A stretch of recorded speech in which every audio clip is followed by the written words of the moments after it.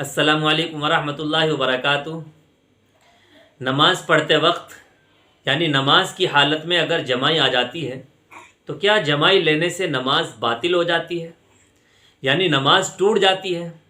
تو دیکھیے، نماز تو باطل نہیں ہوتی، یعنی نماز تو نہیں ٹوٹتی، نماز تو ہو جائے گی، لیکن حتی الامکان کوشش کرنی چاہیے کہ جمائی کو روکا جائے۔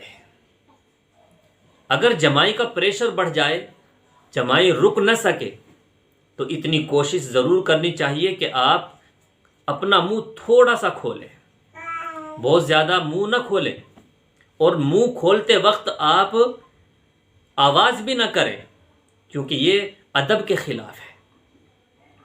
اب یہ جمائی آپ کو یا تو قیام کی حالت میں آئے گی، قیام کہتے ہیں کھڑے ہونے کی حالت، کہ آپ کھڑے ہیں اور ہاتھ باندھے ہوئے ہیں۔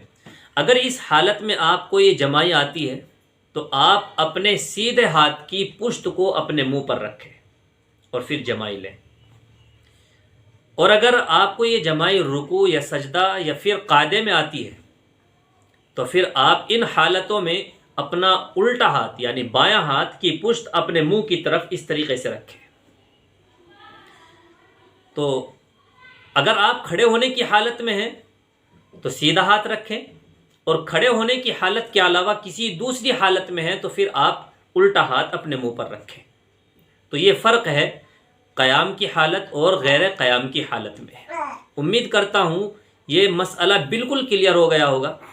اس کلپ کو آپ ثواب کی نیت سے دوسروں تک ضرور پہنچائیں۔